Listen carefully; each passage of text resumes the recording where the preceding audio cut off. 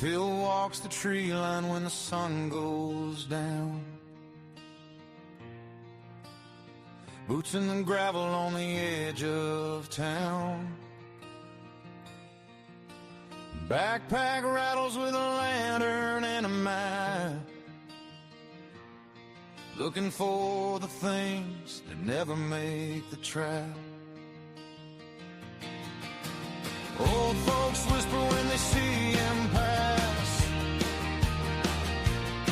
Boy's been chasing shadows in the midnight grass.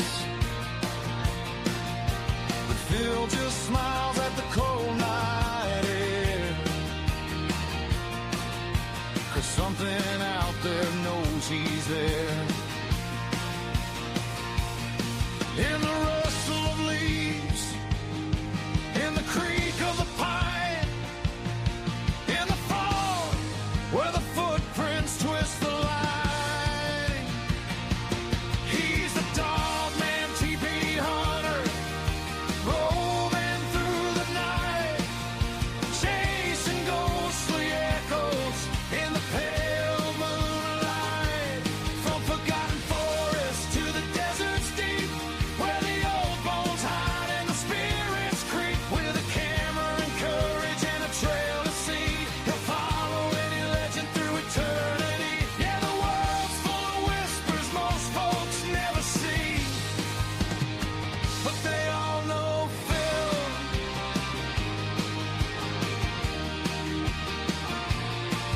He slept in ruins where the cold winds cry, watch strange lights dancing in a cold black sky. Track bent branches where the tall grass sways, heard something breathing in the forest haze. Every dusty road and every haunted bed holds another secret he's about to defend. And when the fire burns low and the coyotes sing, you can bet he's hunting something strange again. Through the static and dark, through the myth and the lore, there's a howl in the hills he can't ignore. He's the Dogman, TP hunter, roaming through the night, chasing ghostly echoes in the pale moonlight. From forgotten forests to the deserts deep, where the old bones hide and the spirits creep. With a camera and courage and a trail to see, he'll follow any legend through eternity. Yeah, the world's full of whispers most folks never see, but they all know Phil. But they all know Phil.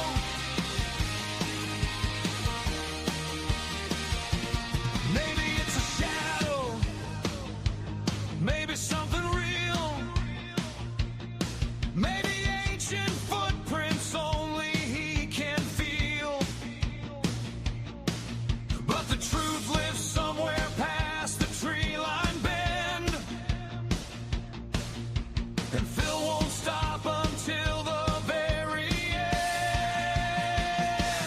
He's the Dogman, TP hunter, roams into the trail, following the stories in the midnight gale. Ghosts in the rafters and beasts in the pines, calling out his name through the ancient signs. And if you hear a howl where the campfires be and a lantern swinging through the cedar trees, that's a hunter chasing mysteries.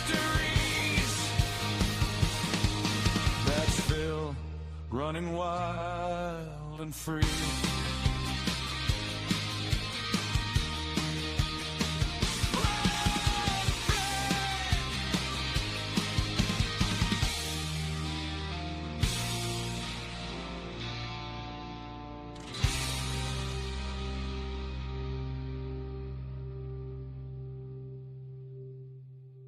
Hey, what do? Welcome to Friday Night Files. Pleased you could make it. Hope you've had a great week. I've had a brilliant week. Well, been at work, but yeah, it's okay. It's all right. I've had worse weeks. Put it that way. I had worse weeks. So, but other than that, done a lot of research. Because we've got a investigation coming up. And the investigation is at a wonderful place, Rendlesham Forest. Yeah, the 1980 Colonel Hall interaction with UFOs that he had, that you saw there. So we're going to be talking about Rendlesham Forest, a little bit about Orford Ness as well, because they were very close by. They were messing around with radar, specialist type of radar. So, uh, but this is all in and around us going, and you basically, because we're going to be with Matt Gribben and with Chris Meacham, who are on this program. Going to be bringing them on in a minute or two, and they are renowned British CE5 advocates.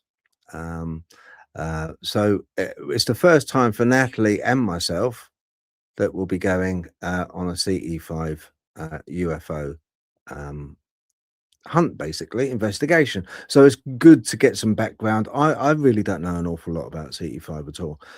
So first of all, I'm going to bring on the golden goddess of YouTube, Natalie, the co-host. There we go. Let's get her up. Hello, Nat. I come in peace. You come in peace. Yes. Yeah. At least to start off Yeah. with. Yeah, I've done a few polls as well for this show. Mm-hmm. You won't be going out in peace, I know that. Right. Not after you see the poll. No, no, definitely not. Oh dear, I don't know if I dare ask. I feel Oh, it's distinctly going to be nervous brilliant. now. Honestly, it's going to be so much fun for me. Yeah. Yeah. I Yeah, need to seal myself, I think. yeah, it's going to be so much fun for me, not for you, for me. Yeah. But other than that, no, it's great. And people at home, I think they'll have a giggle as well. This is what this show is going to be all about, isn't it, really, Natalie? It's like, because you haven't been on a CE5 investigation, have you? No, I've avoided aliens as much as possible up to this point. So I Yeah. suppose it was inevitable. It was going to happen at some point. Yeah, yeah, yeah. Well, that's it exactly. It's have you had any lights in the sky or anything like that? And I don't mean that you've had too many creme de menthe on the way back from a goth get together. No, no, I've never had classical UFO uh I don't know what the word is, interventions or interactions, or I've never seen lights in the sky. Hmm. I have dealt with greys or something similar to greys, but that was like on a healing level because they were interfering with my horses and me at one point a little bit, and I kept having dreams where they were trying to shapeshift, but I wasn't very good at it.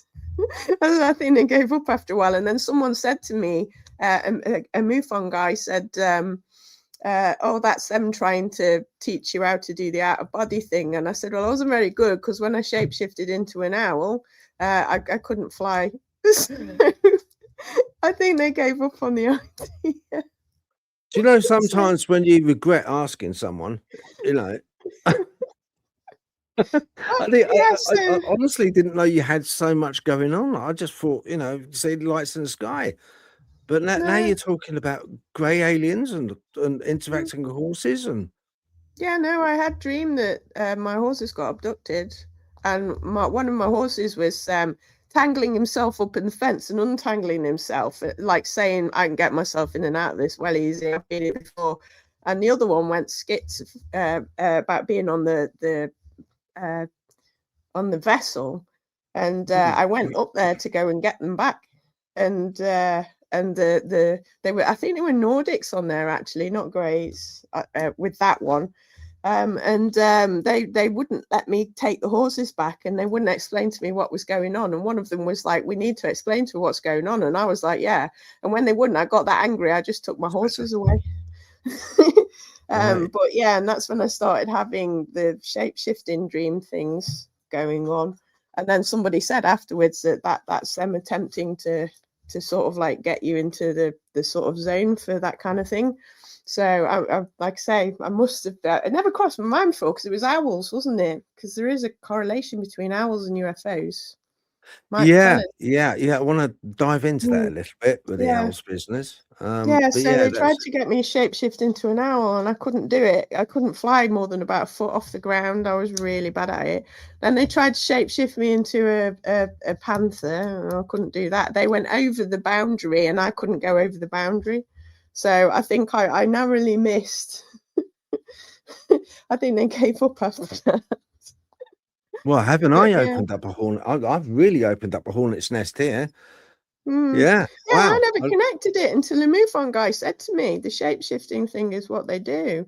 And I was like, I had problems, like I say, on the healing level, I'd removed like astral implants and hypnotic suggestions. And when I went down one path trying to deal with another completely different entity, I was trying to find like solutions to it. And I this is why I called them bad white lighters, because they were hiding in the white light. And I sort of asked Jesus and Mary for help, and they were like, "We'll help you, but it's us or nobody else." And I was like, "Well, if you're cutting me off from my other sources of help, then the answer's no." Then they got very, very, very, very angry with me, and then hammered me for a few weeks until I figured out how to deal with them. But yeah, so I call them bad white lighters now, which is why you use the word golden, not white, because I won't use white light in healing now, because they hide in it. So that's so. And if you actually look at halos, most halos in art are actually shown as gold, not white. So I don't Yeah, they actually know are. if Yeah. that's a very subtle Yeah. bait and what's it? A bait and switch on the part of whatever entities are behind the white light thing. Because they can hide in it. But I've not found that they can hide in the gold light yet. Or I've not found Well, anything funny hiding enough, in gold light yet. So you saying that, if I start clearing my throat a little bit, because it's I'm probably under spiritual attack at the moment. I feel really quite sort of like that I have for a couple of days, a bit sort of like kind of don't have an awful lot of energy, and which is unusual for me. Usually I'm sort of buzzing, my legs are blur, but yeah, hitting the ground running usually, on my butt. But churches normally, the decor of an old church years ago when the churches were done, the decor was gold, painted gold inside, very bright colors, funny enough, actually, inside churches, very yeah. very bright and springtime kind of colors, but a lot of gold going around, which would give, with light coming in, would give that golden glow, which would Yeah, they did eradicate, to as you me. say, any entities that were lying around. Should we get Chris and Matt on to join the conversation? Yeah, we can do. It's like save Okay. me talking myself into a corner. No, it's great. We're going to get back to it. We're going to get back to because I like the idea of you turning into an owl. I like that. Right, I first up, didn't. Can't fly. yeah. All right, let's get funny enough, I've been talking about owls with somebody just recently, only last night, funny enough. All Right, right. okay, let's get Chris up. Hello, Chris. Hey, good And evening. we've got Matt as well. Hello, Matt. Hi guys, how you doing? Yeah, How are very you? well. You all right? Hi, Matt. You all right? You're all right, Chris. Nice to see you. Yes. Yeah, no, it's good. Thank you guys for joining us. For everyone at home, when we go on our Rendlesham CE5 meet, then it's these two guys, Matt and Chris, that are going to be leaders. They're going to be the ones showing us how things are done. Hopefully we'll get some results. I've got a telescope I'm bringing Chris. Yeah, that'd be brilliant. I've never been to Rendlesham. I don't know, in the woods. if you've got clearings in the woods where you Yeah, you have. Yeah. oh there you is. have, yeah. Yeah. No, that Funny enough, really where we're good. going, where we're staying, there's a clearing right nearby. Ah, that would be Yeah. really good. That'd be really Yeah. good. So that's quite handy, isn't it? So yeah, with Matt, you're also Yeah. you. How long have you been doing CE5 for? You know, with, I'll say about 5 years now. Yeah. right. Okay. In fact, I think next week will be 5 years since I had a very close encounter. Yeah. So yes. Oh, wow. Wow. That's a coincidence and a half, isn't it? Yeah. it Yeah. is. Well, it happens Is every that- year, but Is that yeah. the first encounter you had, Matt? Is that the first encounter you had in your life? The first that I knew was a close encounter. Yeah, once I'd had that, then other encounters, you know, lights I'd seen in the sky and things like that that are just written off to prosaic reasons. Yeah, but yeah, it was very close encounter. It was like sort of 10, 15 feet. There was two of them within 5 minutes of each other. So it was very sort of rude, stark awakening to this whole UFO subject. Yeah. All right, spill the beans, Matt. Come on, what was it? What did you say? What did I see? Well, I saw a lot that day. I mean, the whole thing happened over about a 30-minute period. I was in Hyde Park. I'd been in the park the day before and videoed a strange object in the sky, which seemed to come apart, go back together. It was very, very weird. I was going back into the park the next day, and I had a feeling that something else was going to happen as well. As I walked into the park, I noticed this small aeroplane going around in circles. Now that's a whole other story, but I do believe that aeroplane did witness the events. But yeah, I walked into the park and I saw the same object again. Maybe couple of thousand feet in the air, just going across West London. Very strange. It seemed to be made of plasma rather than a solid object. And because of what had happened the day before, I knew instantly I was in the middle of a UFO event. Yeah. That thought flashed across my mind. This is a UFO. I'm now witnessing a UFO in the sky. I just knew that instantly. After that had happened, that lasted about 4.5 minutes.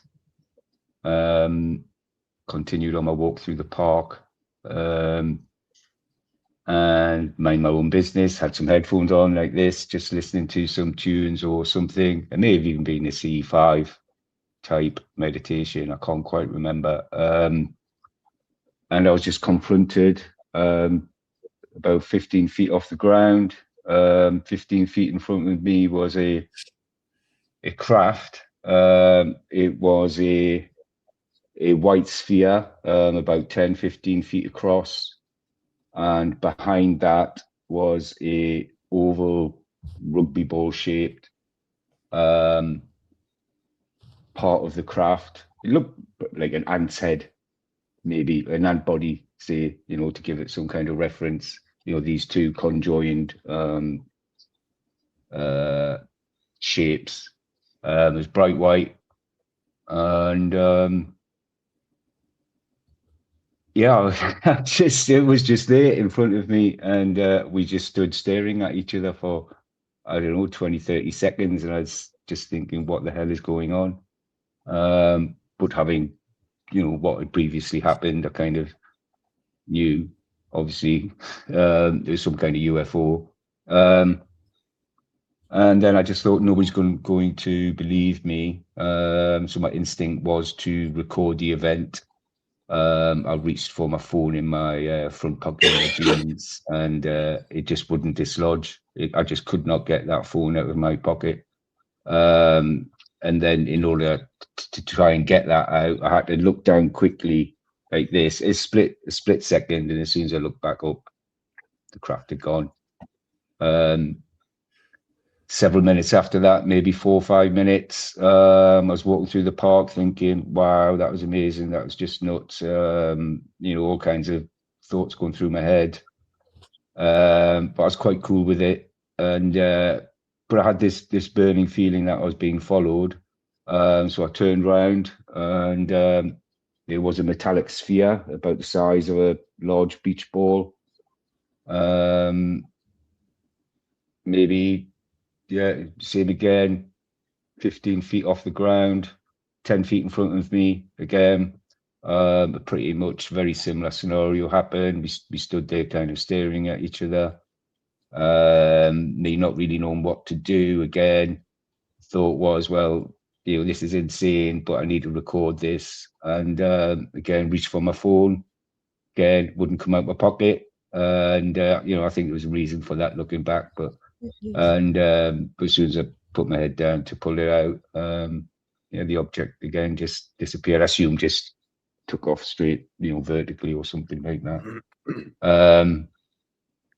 So yeah, that was my first real Matt, close encounters. you saw that was really close to you. How did you feel at the time? What was your feeling? What was it? Was it were you? I mean, most people would run. Yeah, although I had no fear. There was no fear whatsoever. When I took the video of the object in the sky, I mean, you can hear it on the video. My breath is very heavy. There is a sense of fear then. When I sort of realized that this is a UFO event happening, I'm very sort of excited with it, what is going on, but you can sense it in my voice and in my breathing. But yeah, when I came, face to face with these two objects, I just felt, wow. I was just in awe, but really not knowing what to do with it.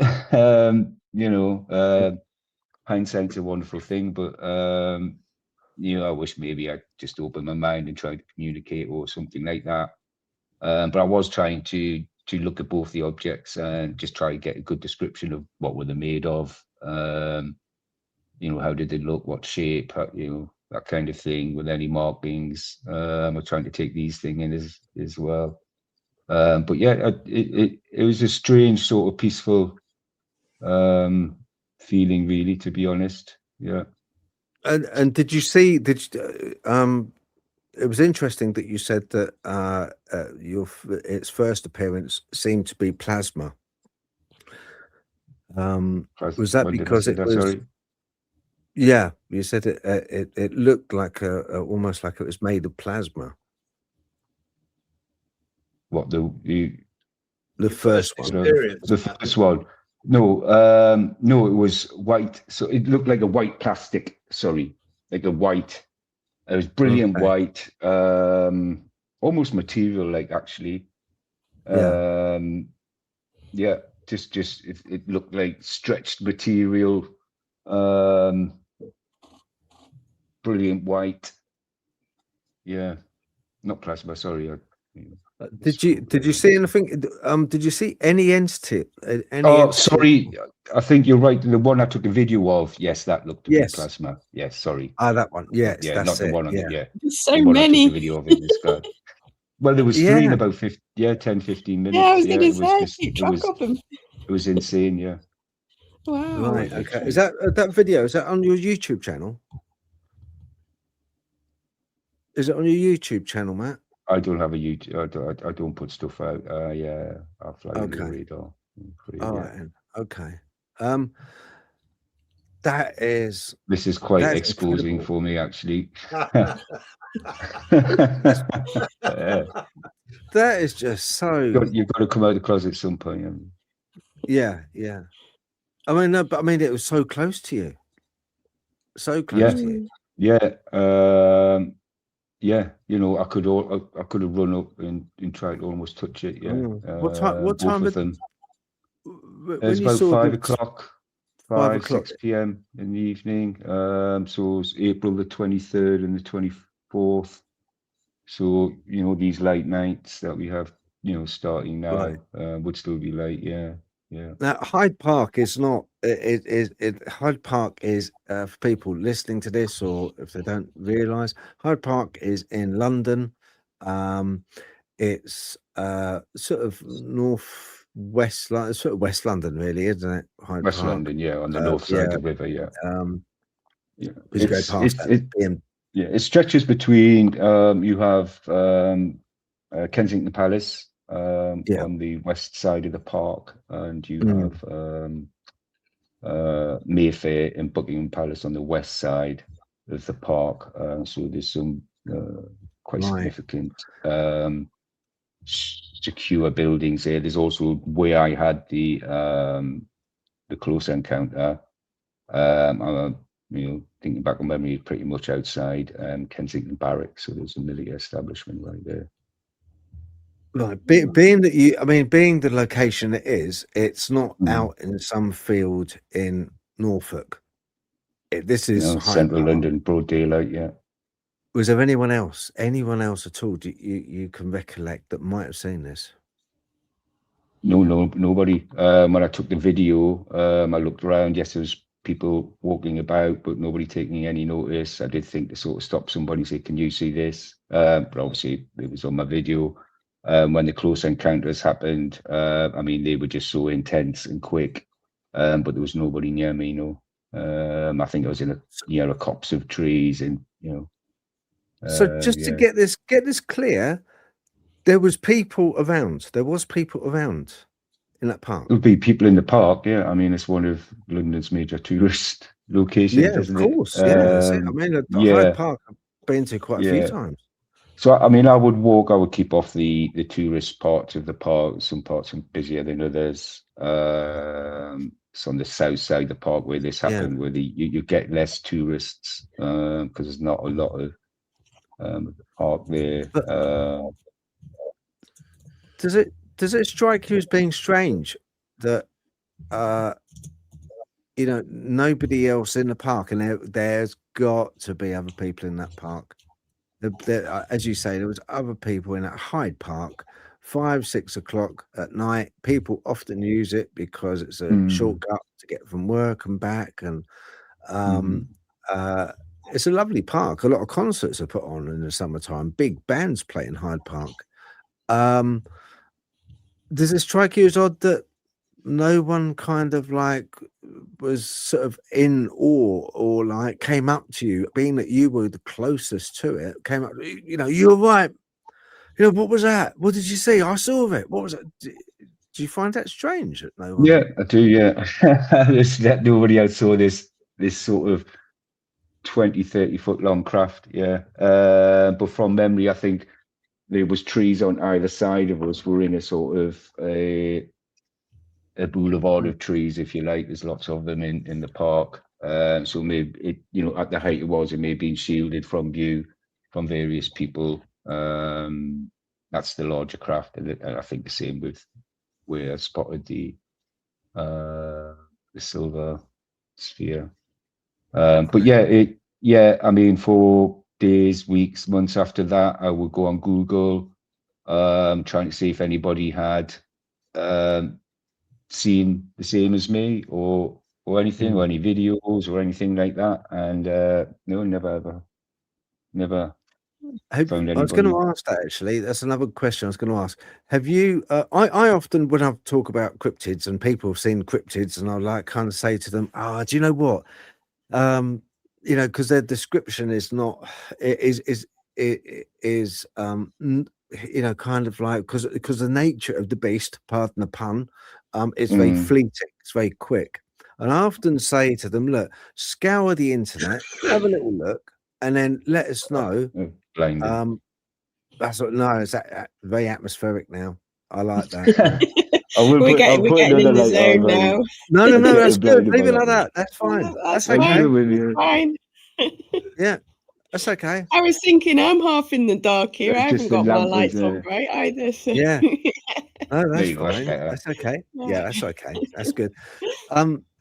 Yeah, have you seen, and there's a lot of UFO footage out there of different varying sorts. Mhm. Have you seen anything which you could say, do you know what?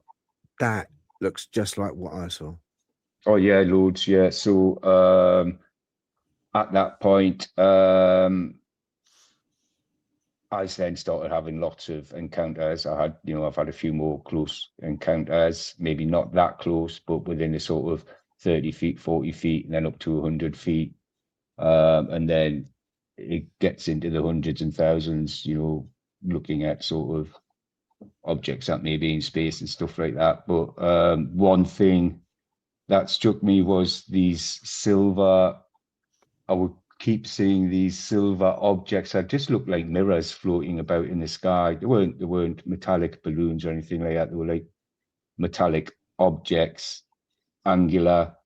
And then I caught quite a few videos of these type of objects. And I noticed at the same time that they were popping up all over the world: Australia, South Africa, South America, in the US. People were posting videos of the same thing. So yes, I recognize a lot of objects that other people post. Yeah, I've seen an object for every occasion. I can guarantee that. Every shape and size, every color. That's what I was going to ask you actually, because you've already mentioned 3 that were different. I was like, has it been more or less sort of different each time you've seen them? And sort of So like, I've seen a what can only describe what looked like a giant television about the size of a 3-story block of flats, going across the horizon, then take off into space in an arc like that in an instant. I've seen. I mean, it's funny because it's just so much different. I could go on all night about the kinds of different things. I've seen kind of blue snakes in the grass, looking like neon lights.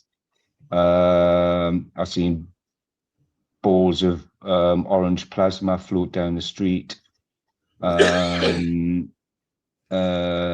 Gosh, I've seen strange explosions above my house.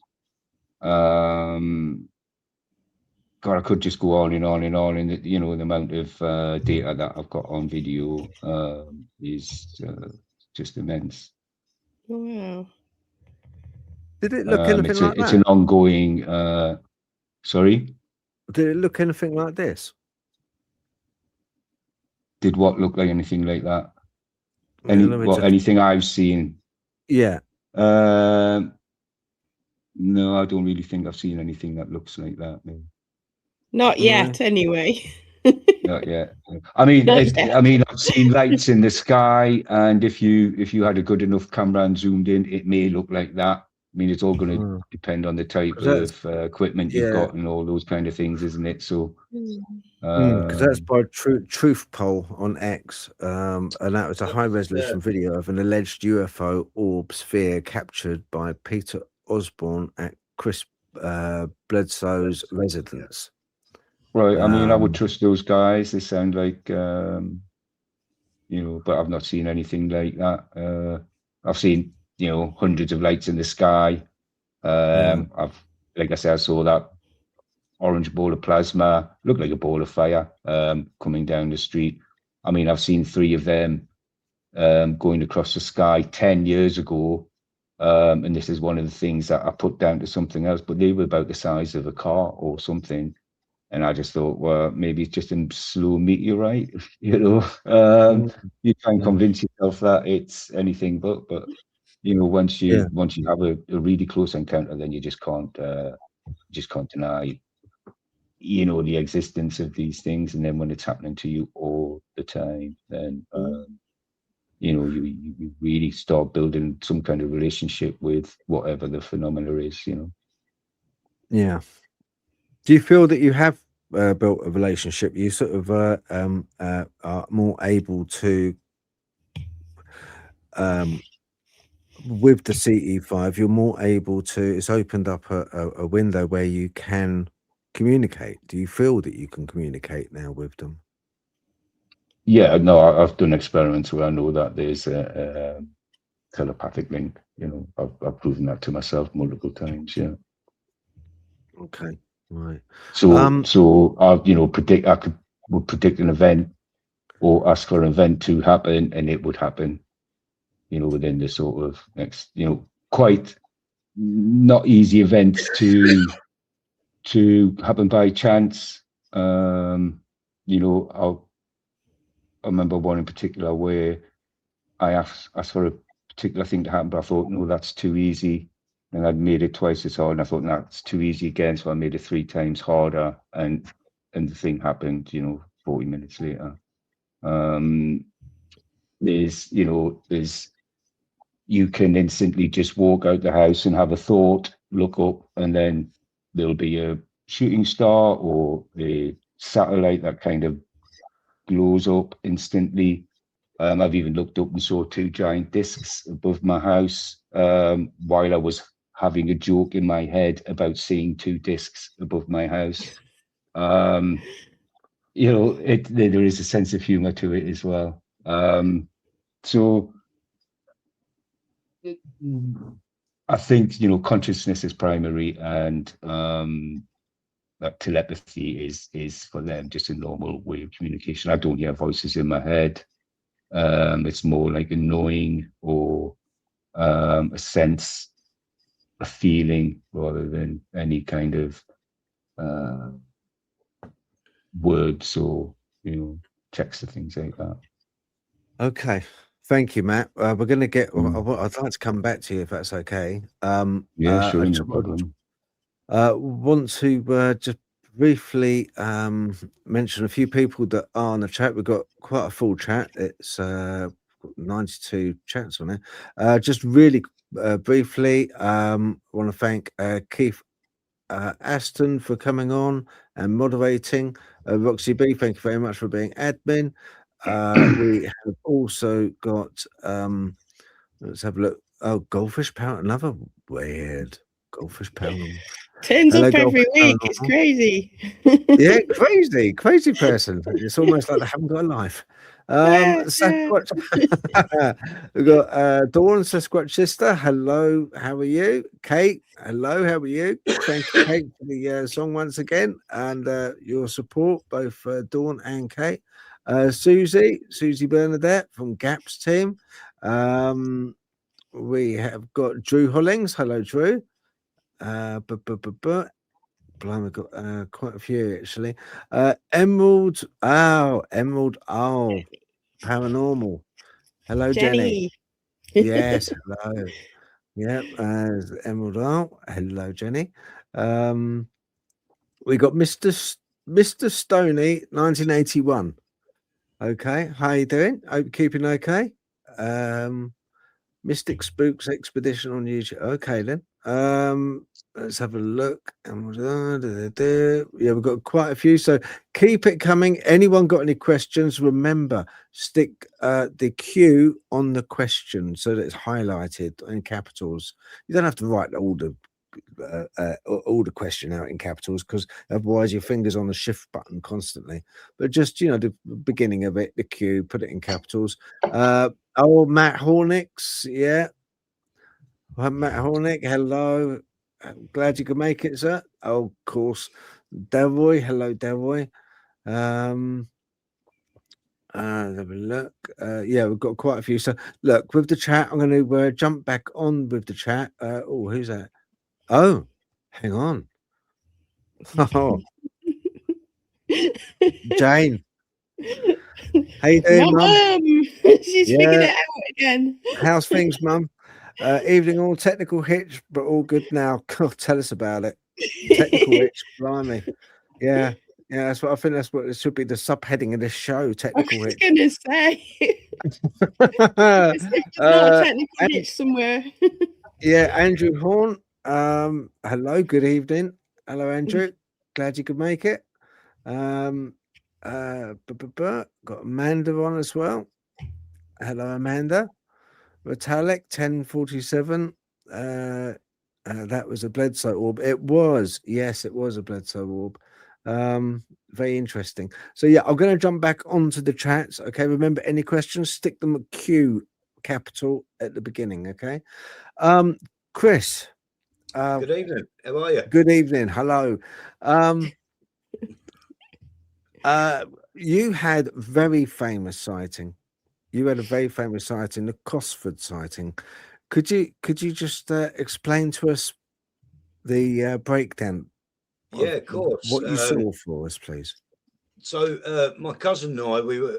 I was about. In fact, I was 14, and he was 2 years older than me. And we'd been over to a party earlier on in the evening. It was Easter Bank Holiday weekend, 1994.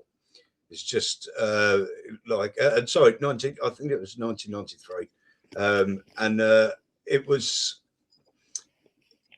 a funny night. We'd had a really funny evening, and as we come back along, anyone that knows Brighton, do you know Brighton Racecourse, Natalie, by any chance? Are you familiar with it or no?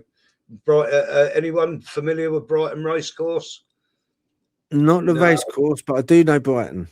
Yeah, no. So we come along the dirt track by the race course, which it's at the very top of a hill, and it was about 3 o'clock in the morning, and we got to the top of a set of steps, and from the steps you can look out on a clear day. You can see the Isle of Wight.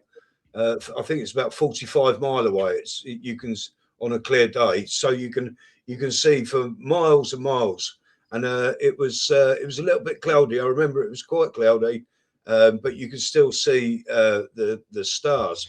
And we'd already walked about 2 miles across up and down the hills and that.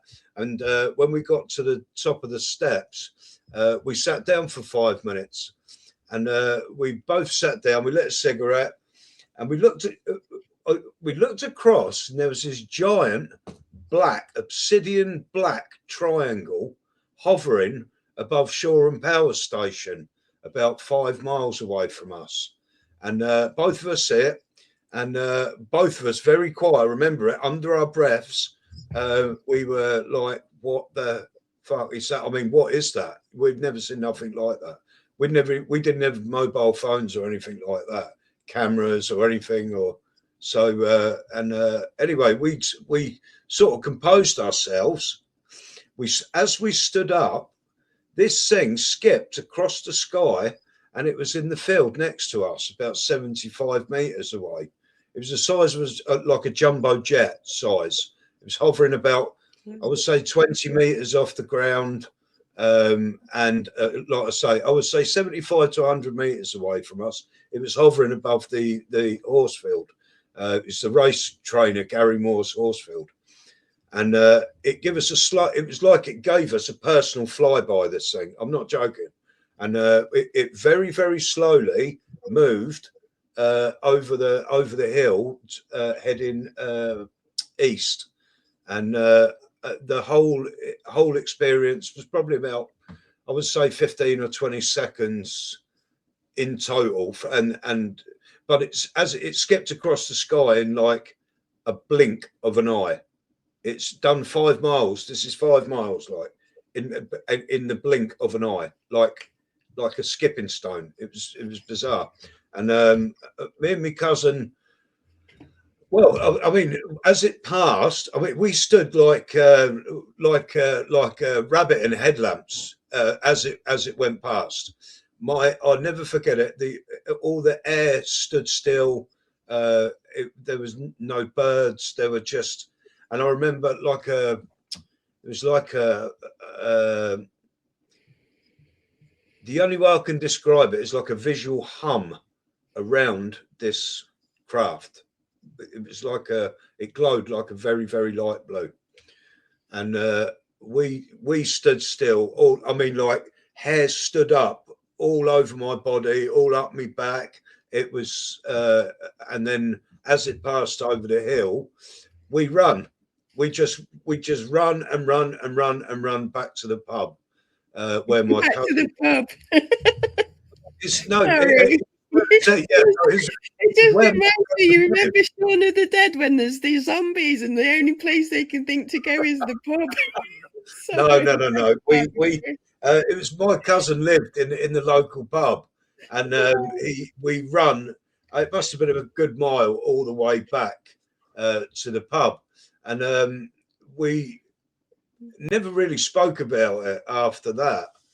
Now, about 4 or 5 years ago, I was my wife. She watches Ancient Aliens. And I've always had the only way I can describe it is I've always had this like a affiliate, like a blue energy around me ever since I was younger. And as by the way, as I got, that wasn't my first experience. My first experience, which I didn't know until I started looking at this stuff years later, was an out of body experience when I was 7. I had a very, very profound out of body experience when I was 7. And again, after I didn't know what that was back in 1985, I had no idea what was happening to me. And I always had a very good imagination, and it was, just put it down to that. But years later, obviously realised that is what I can do is that's actual. They call it astral plane, don't they? Mm. Yeah, and I'm pretty good at it. I've got good at it over the years. So, and then so the triangle, we never spoke of it for years and years. We never said anything. And then I was about 6 years ago. My wife, she was watching Ancient Aliens, and Nick Pope came on. And he started talking about the Black Triangle event of 1993. And my ears pricked up because it was in spring 1990, and it was 1993. Spring 1993, Black Triangle UFOs were spotted all over the UK.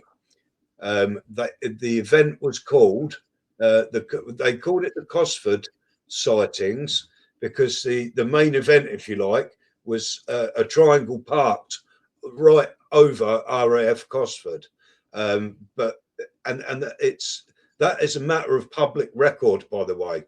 You can go to the British Archives and it is there, that file that says there was a UFO hovering above RAF Cosford. That is public knowledge. Like, they have no idea what that was.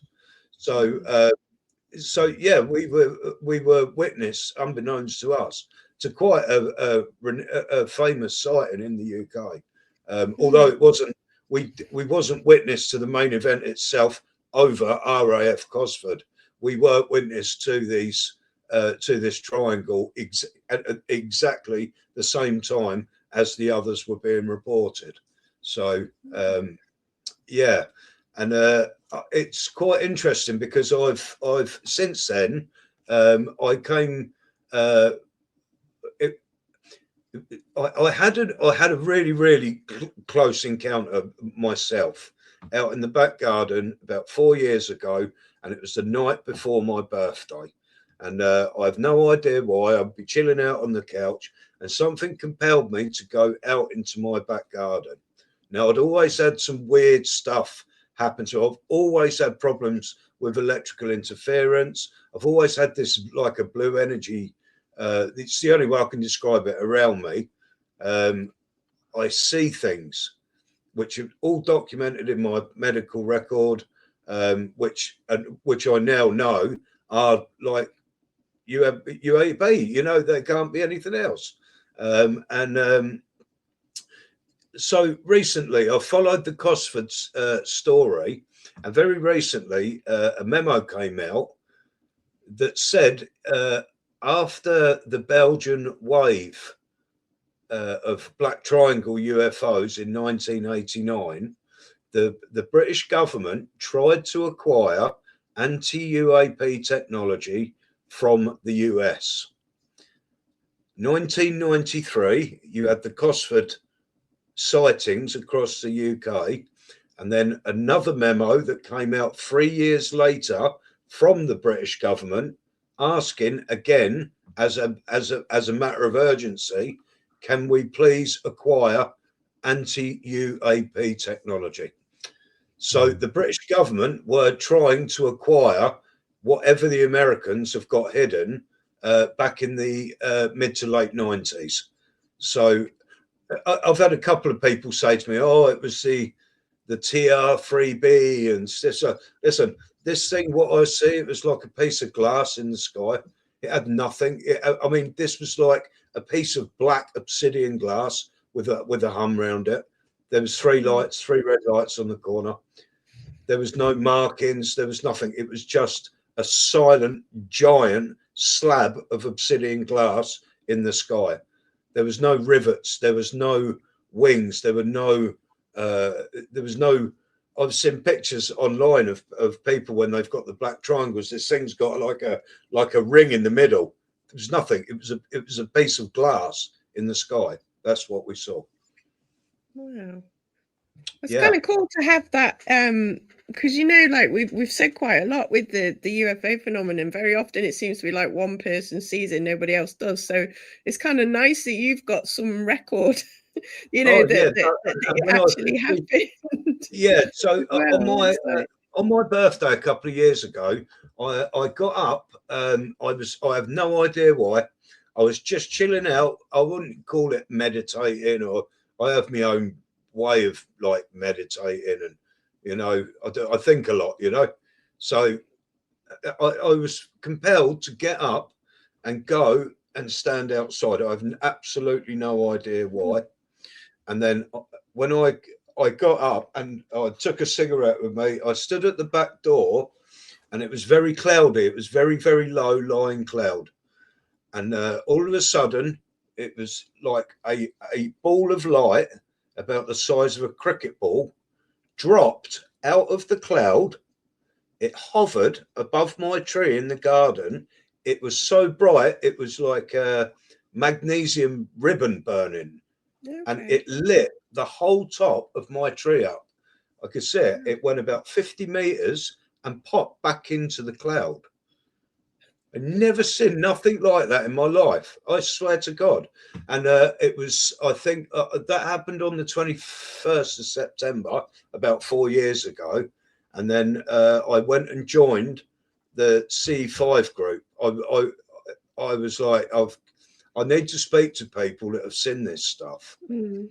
I need to people that are, if this is right, what they're doing, this C5, and I need to go and find people that are actually doing this stuff or seeing this stuff. And it's where I met Matt and a few others, and we formed a little group in Leicester. It's very, very difficult to get a group together to do this. It's it's notoriously difficult. In what way? Is it just like getting people to turn up all at the same time, or because of it? There's very, very limited people that actually want to do it, or actually, and even less people that actually go out and do this. And you try and get a group of you together. A lot of the time, you're based all over the country. Mm. And then everybody's got their own lives, kids, jobs. It's just I've said to Phil, like, I think there was a lot of meetings on the main C5 page that never materialised for that reason. It's just so difficult to get everyone together. I think you have to have the weather. You have to have a lot of things, clear sky as well. If you want to see the sky, you don't necessarily have to be able to see the sky. you know, there's a lot of things need to come together to, you know, have a successful night and get people to come out and things like that anyway. But and it is a bit of an endurance event sometimes Yes. as it gets later and colder and that kind of thing. So it's Yeah, not I for was the going to say, faint-hearted, definitely not. I take it it's not like a paranormal investigation where you're inside and you can put the heating on if you need to. It's It's a a little waiting bit. game, essentially. You're sat waiting. I mean, you can do things. We do things like play certain tones. We use AI and flash codes, whether that's light or sound, radios and things like that. You know, to keep the night going, keep it interested. We do meditation I and should be bringing a kind of close Tesla up the coil. night. But it's literally just looking at the sky most of the time and waiting, you know, with your camera, something to. I'm just going to get an overview of the protocols at the moment. So I'm just going to ask, what are? Let's have a look.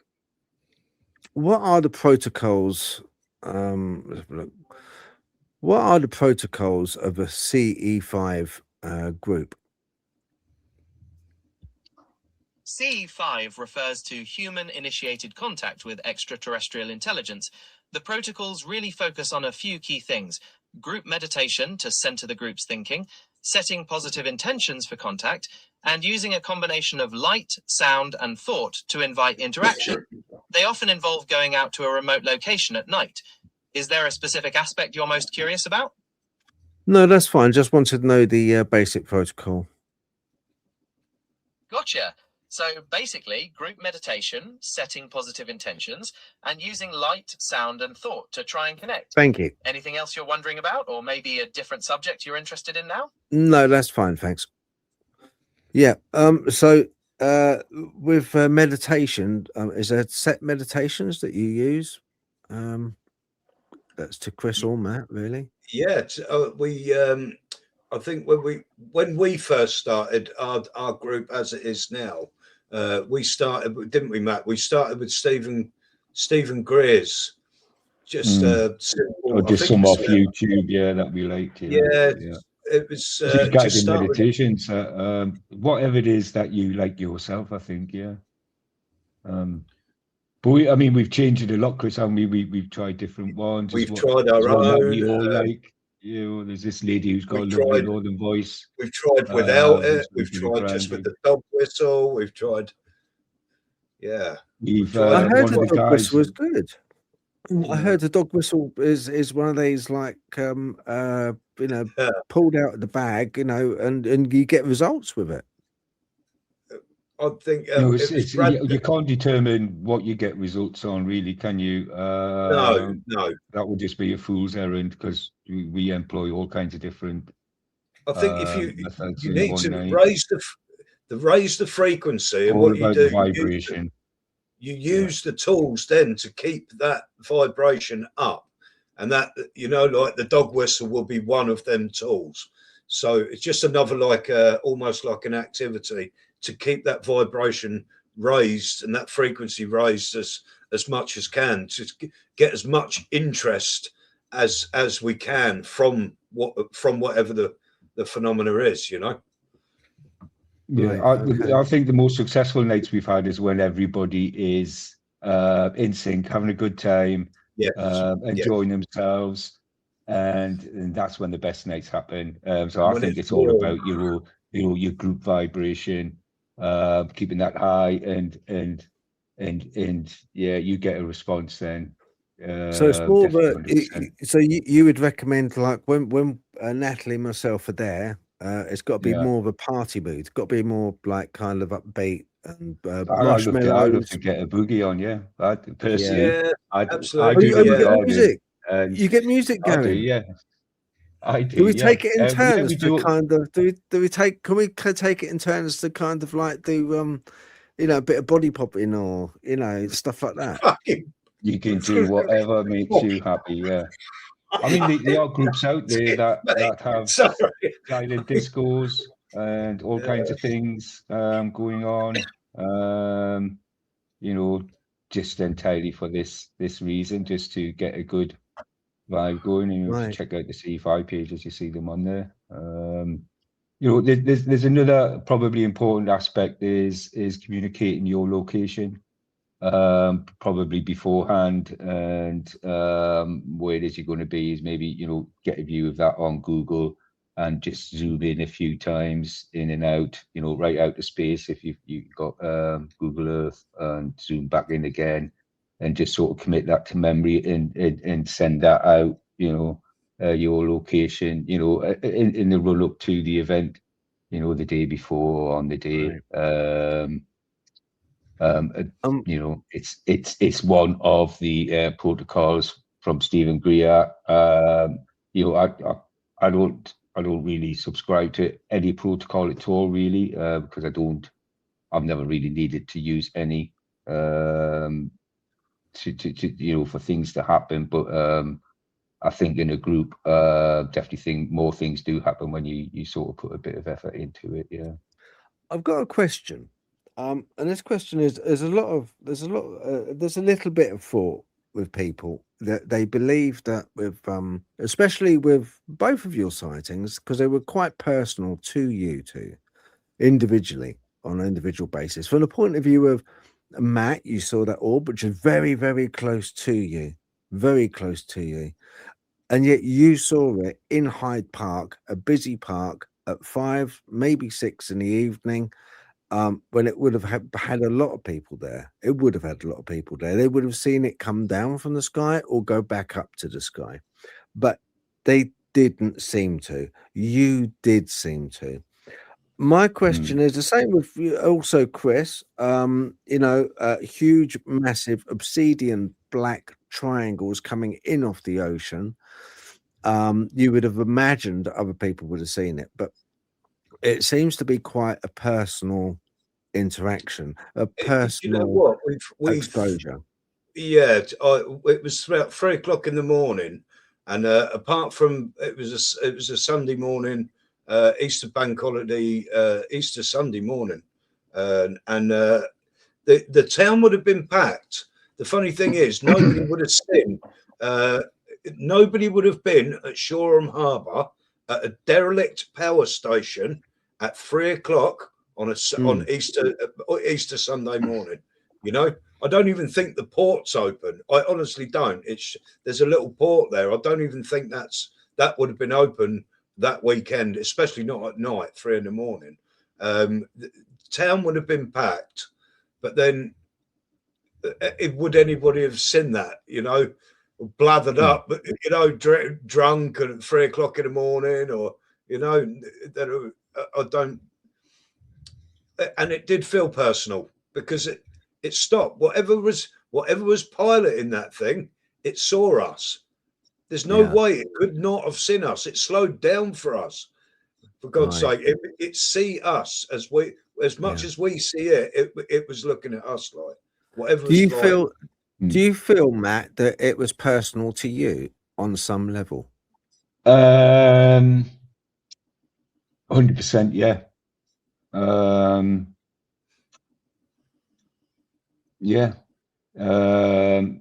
But it's also been very problematic. It didn't go unnoticed, so that's caused problems for me. I think that all of it's personal. Yeah, for everybody, it's personal. Just going back to your idea on people not seeing it, there are various models put forward. One by a chap called Dr. Joseph Burks.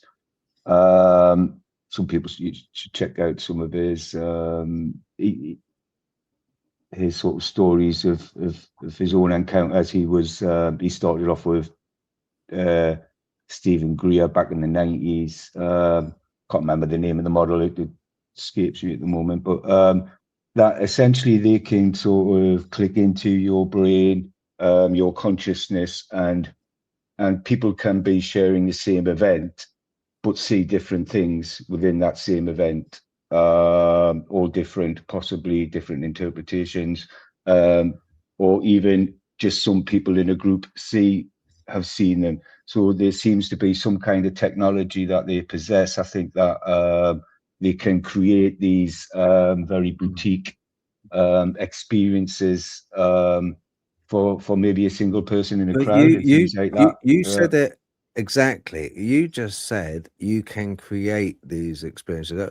So basically, that brings Yeah, me on so to there's a I mean, certain thought of they call them egregores, which are created by a group, semi-autonomous intelligences. They can provide spiritual support or guidance to their members, but also can act as parasitic forces that demand continued attention and energy. For instance, the Philip experiment was a famous one. It was initially sort of spoken about by Alephius Levi, and also Annie Besant popularized the idea that thoughts and emotions can become entities that aggregate on the astral plane. Do you think that could be because with CE5, you're talking about meditation, you're talking about kind of envisaging, hoping to envisage and to view UFO or alien craft. Do you believe that it could be a projection from the collective, which is presenting itself in the form yeah, I of do. light? I mean, the more I see, the more I experience, the more I read, the less and less I've seen no evidence whatsoever of any aliens. I'm not even sure aliens exist, or but I'm sure they exist in the universe. If the universe exists, there's all kinds of questions of what reality really is. But yeah, I think that it potentially is a collective consciousness projection thing, or some kind of field that reacts to the collective consciousness and potentially personal consciousness in some kind of way, rather than a visitation of I think it could be a mixture of things, could be those things, but I think there's definitely some kind of field going on there. That's the kind of conclusions I'm coming to at this point, 5 years down the line. See, I Just personally don't. personal experience. Yeah. I personally, Matt, don't believe that that egregores can be created in the form of UFOs. I'll tell you why. Because you often find that radar will pick them up. You will often find that a Reaper drone will pick them up and fire a Hellfire rocket, and the Hellfire rocket will hit that egregore. And if it is an egregore, it's a fault form. Even if they're semi-autonomous, the onboard telemetries, the computer software doesn't know to create that orb that is firing at, and with such precision that is able to pinpoint it. So I think if we were talking about egregore, then in all possibility, we could say, okay, maybe entities that we see within that craft could be a manifestation of our thought. Maybe they're presenting themselves in a manner which they think is suitable for the witness. But I think the craft themselves, there's something different. I think there's something different. I don't think there's something which a group can create. Maybe a group can ask, maybe there is a communication on a higher level between us. Yes, I agree with you on that. But either via Tulpa, which is a single person creating with that's out of the question completely, because a Tulpa is something really quite different. But with an egregore, I don't really think that it's something that we should go down. I wouldn't believe in that. I think when we meet at Rensham Forest and we're all sitting around and we're cooking with our little sticks with the marshmallows and we're meditating and drinking hot chocolate, and I'm doing a bit of body popping for everybody because I'm not too bad. I used to be pretty good on the body popping front. Then I think we will have such jovial time, and we will all want the same thing, that I think that will probably, hopefully, instigate lights in the sky or some kind of response. I'd like to think in the forest we'll get to see some stuff close up. I think so. I think in the forest we quite a lot of stuff that you might see, like our little blue orbs in Bradgate. There was 3 or 4 of us actually see them when we've been out before. We've seen like little lights dancing across the grass and things like that. So it's not necessarily you're not out there looking just for UFOs, disc-shaped UFOs, or you're trying to every little thing around you could be something, no matter how close. The closest experience I ever had was literally I just put the phone down to Matt, or it was about 6 months ago, and my wife see this as well. The both of us see this in the bedroom, and we see this like the air. We were talking, and this thing came between us, like it just come out of nowhere, and it lit up the size of a golf ball, like a piece of magnesium ribbon, and just vanished. And it was literally about 3 foot from me and a foot away from my missus. So it's not, you're not, yes, of course, you're looking up in the sky all the time, but you keep an eye on your close environment for little flashes and little streaks and things like that, because it's all linked. I think a lot of the small stuff, Matt, is like they send out orb scouts, don't they? I think this stuff, it will send out little scouts first sometimes before it presents itself, So I would like to ask the people watching this. I would like to ask, look, when we go to Endless Forest, when we're after I finish my body popping, because no one really wants to see that, not in public. I do. I don't mind in a group. But I wouldn't sort of do it. And twerking, I'm a bit of a twerker as well, so excuse me for that. But I did promise my members that I'd do a bit of twerking. So that's just something you'll have to put up with. But we will have fun. And I would like to ask the people, when I do a live, I'm going to do a live from there, just so that they can see any reaction to our actions. Well, not me specifically, because I probably won't get any reaction from me twerking. But, once we sort of set our minds to it and try and get some response, I'm going to do a live. And what I'd like to try is, if it is a case of everyone, if they can remotely, meaning they're at a distance, they're at home, and they're watching the live that we'll be doing. I will do the event on Facebook. I will do the event on YouTube as well.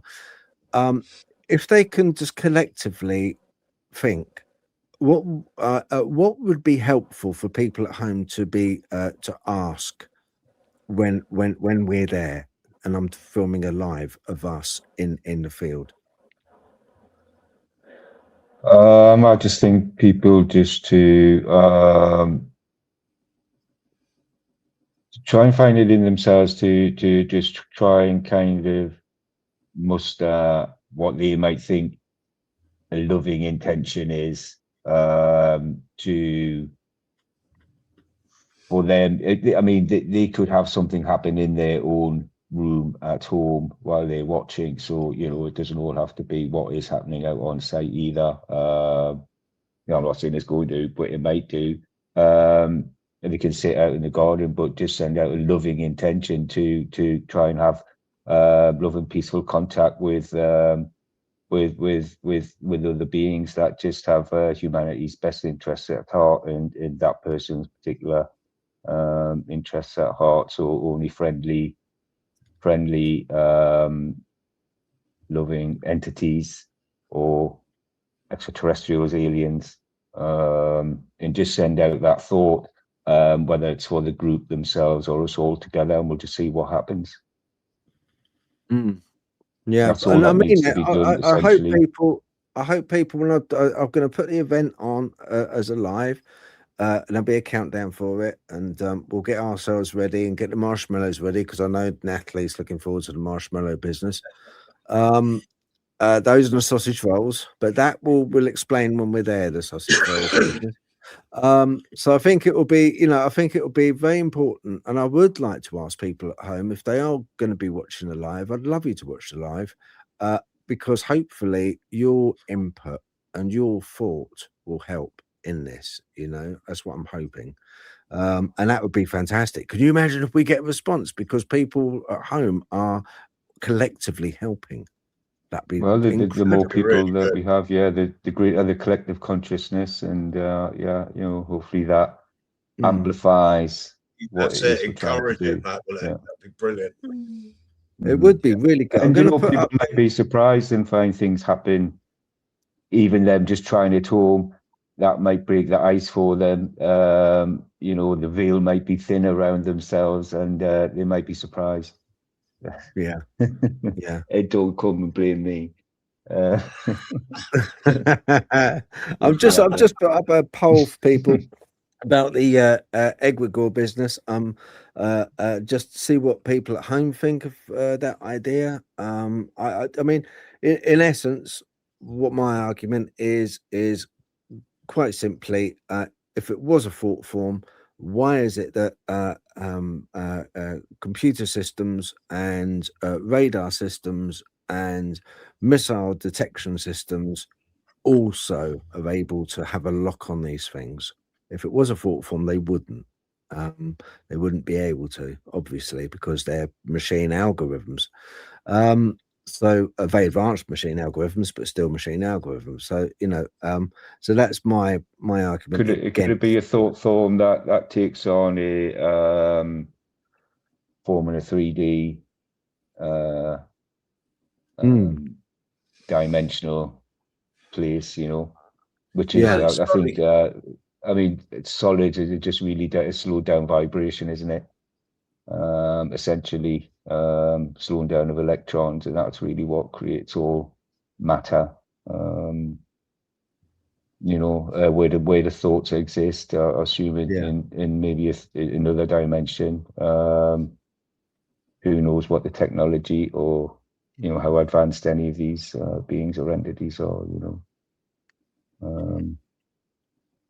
Yeah, it's it could. I mean, I've got my own ideas. I'm just going to quickly put an idea out for everyone. It's like kind of something which I've been thinking about with the aliens, and I was like, because I have had like not as extensive as your interactions, but have had like kind of interactions with UFOs, what you call UFOs.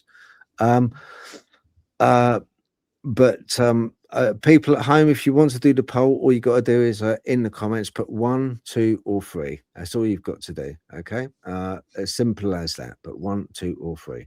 I'll put another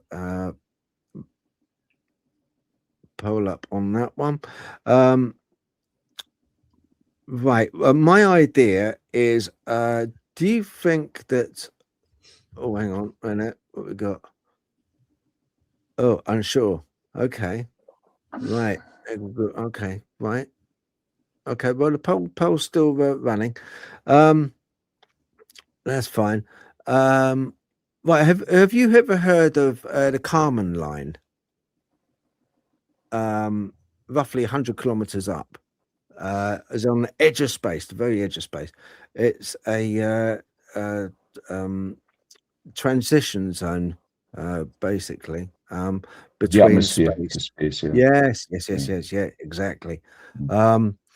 So it's on the edge of space. It's a transition zone where air is too thin for traditional wings, but too thick for orbital satellites. It's a no man's land. makes it a perfect, in my view, hiding spot for maybe these entities. Now, I kind of would like to call them plasma drifters, because a lot of times they're able to change their shape. The ships are able to change their shape. I was talking once also to Nancy Thames, who has had a lot of interactions with UFOs, and she said that they are biologics. The ships themselves are biologics. They are, if you like, creatures. They are governed and driven by entities, and it's only one entity, which is the pilot, which from beginning to end is always tuned up. A bit like Flight of the Navigator, like that type of thing. On the craft supposed to be conscious, and Yes, the pilots yeah. then sort of connect consciousness with the craft. I Yeah. mean, that's kind of, I think that's well documented and spoken about with contactees or abductees and things like that. And there are people that have come forward and says they've actually been able to fly the craft. It's usually, it has a palm print, where Yeah, you put your that's hand down right. onto it, and then you become symbiotic with the craft consciously. And that's Yes, how that's it's it. flown you with thought instantly. Because Charles Fort, this is a long time ago, 1919, but Charles Fort, long before UFO, the actual acronym was known, the writer Charles Fort catalogued thousands of anomalies science couldn't explain. In his seminal work, which was the Book of the Damned, he famously speculated that the sky wasn't empty. I quote, "It seems no more incredible that up in the seemingly unoccupied sky there should be hosts of living things than that the seeming blank of the ocean should swarm with life." He proposed a super Sargasso Sea, the Super Sargasso Sea above Earth, a literal ocean in the sky where lost things and strange creatures lived, occasionally raining down on us. And that would probably account for sometimes we have like frogs, which are rain down on Earth. We have like strange organic slime that comes down in like different parts of the world. It's these odd anomalies that come down from above, and surprisingly frequently as well. You've got Trevor James Constable proposed that UFOs aren't machines but giant amoeba-like organisms. He called them critters. If these were biological space jellyfish, their biology would likely involve low density. They would need to be incredibly light, perhaps filled with hydrogen or helium to float in the extremely thin air of the Kármán line. Bioluminescence, much like deep sea jellyfish, they might glow to communicate or to attract high altitude particles for feeding. The energy propulsion needed, instead of moving through water, they might use electromagnetic propulsion to navigate Earth's ionosphere. I mean, all these things is people may think, oh, what are you talking about? What they're animals? Well, in essence, yeah, they could well be. You know, they're it's simply because a lot of times when they are seen, they are really strange to look at. They seem to morph into different shapes very easily. If they were a metal of some type, there would be noise. Surely there'd be some kind of noise if they were morphing out and changing shape and they were metal. Being that this is only a hypothesis that they possibly could be biologics, the ship could be biologics, then it would make sense. What do you think to that as an idea? Yeah, Yeah, 100%. I think that's feasible. I think as we get more and more into the topic of the phenomena, I think you definitely find consciousness plays much bigger part than we anticipate, and that I think if they've got to that level, it may not be that the craft is actually a being. It may be that consciousness can be transferred into materials. You know. Have you heard of Kenneth? You've heard of Kenneth Arnold, yeah? He coined the term UFO, flying saucer. He because when he was asked, like, oh, what did it look like? He said it looked like someone throwing a saucer, a plate, you know, it looked like that, little dome on top. Kenneth Arnold, 1947. Was he the pilot of that one who saw right. 7? That's right. Craft. He was not some nut job. He was a very astute man. That was 1947 when he sort of flying saucer, and he coined the phrase. And of course, the press got hold of it, and the press were like, "Oh yeah, flying saucer, that's a good one. Yeah, we'll do that one." As he grew older, he moved away from the alien spaceship theory. By 1955, he claimed that UFOs were actually sky jellyfish, biological, translucent organisms native to our atmosphere that could change their density to become invisible or visible. That was Kenneth Arnold. I think there may be one aspect of it, but it wouldn't cover the whole topic in any way. I don't think, I mean, what I saw wasn't a jellyfish, and there's lots of things that don't look like jellyfish. I mean, I have actually seen a craft that looks like a jellyfish. Well, I called it a jellyfish when I saw it, and that was only about 30 feet away. It was a big black, what I could just describe as a 10 foot wide hula hoop with black tentacles coming off it. It looked like a jellyfish to me, just, in a way, but I've since information I found out, I since believe that's a man-made craft. But I think there's definitely biologics floating about in the atmosphere, or they maybe there's some kind of veil thinning and they're coming through from a different dimension, or maybe they do live permanently in our atmosphere, but there's something definitely there that resembles live biological looking entities or objects or animals or beings or whatever. But it doesn't cover the whole subject, does it? Yeah, I'm going to put a let's have a look. Was that put? No, hang on. Stop belt. Yep. Okay, let's have a look. There you go. Put that up. Okay, and see what people believe. See if it is a possibility. Could there be a sea called this super gas, Sargasso Sea up in the atmosphere? It's just a member 1, 2, or 3. It's all you got to put in the comments, and that'll be absolutely fabulous.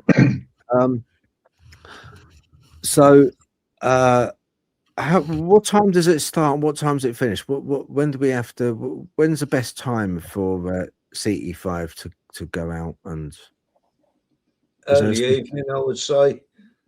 You get out, find your spot, and have a chill out, familiarize yourself with the area, find the loos, just the obvious stuff. Maybe to see if you can. I don't know if in Rendlesham, can you have a small campfire or not? Well, I'm gonna wink. Take a I've got like I call it like it's basically what the army have. It's like a little tinder box, if you like, and you put a few twigs and sticks in. It's just enough for marshmallows, just to keep Natalie happy. I was promised. See the forest burning down now. I'm sure there's a place where we could, there'll be fire pits and stuff like that. Yeah. And talking about Natalie, I've got a little poll I'm going to put up. Okay, let's have a look. Let's have a look at this one. Right then. Okay, so Natalie, just imagine Natalie is taken by a UFO at Rendlesham. Which of these would you expect her to endure? painful probing and examination, a tracker inserted, or do you expect her to have a cup of tea and a hobnob biscuit if she was taken by a UFO? Knowing Natalie, as we know Natalie, which of those do you think that they would offer her? Have you seen Remember- Kate's comment, Phil? Yeah, so just in the comments, 1, 2, or 3, that's fine. I know which one I think that she ought to endure, but yeah, you know. Kate's offered what? option 4. Have you seen it, Phil? The comment and Kate's just put up. I've got a 4th No, option. I haven't. No, is there a tasty There's comment? a slight delay on the comments at the moment, I think, on YouTube. When it comes up, she's put Natalie would probe the aliens. Natalie would probe the. I'm going for option 4 and then the hobnobs afterwards. Blimey, Riley, honestly. Well, just 1, 2, or 3 on that. Oh, I see Ready Steady Retro, and she's got a laughing face as well. She's got 3, a cup of tea and hobnob biscuits. Okay, right. Yeah, she's been nice to you, isn't she? Yeah, of course. Yeah. So that's that one. I'll let that one cook for a little bit. And I do have another one. Let's have a look. Right, let's have a look. Stop hold there. Hide that one. Right, okay, I'm going to put this one up. Right then. Chris has a close encounter in Rendlesham Forest, okay, in the actual forest himself that he was just talking about. How would we know? So option 1, he runs out the forest screaming. Option 2, his hair has grown back in curls. Or he silently drew images. He comes back and he silently draws images.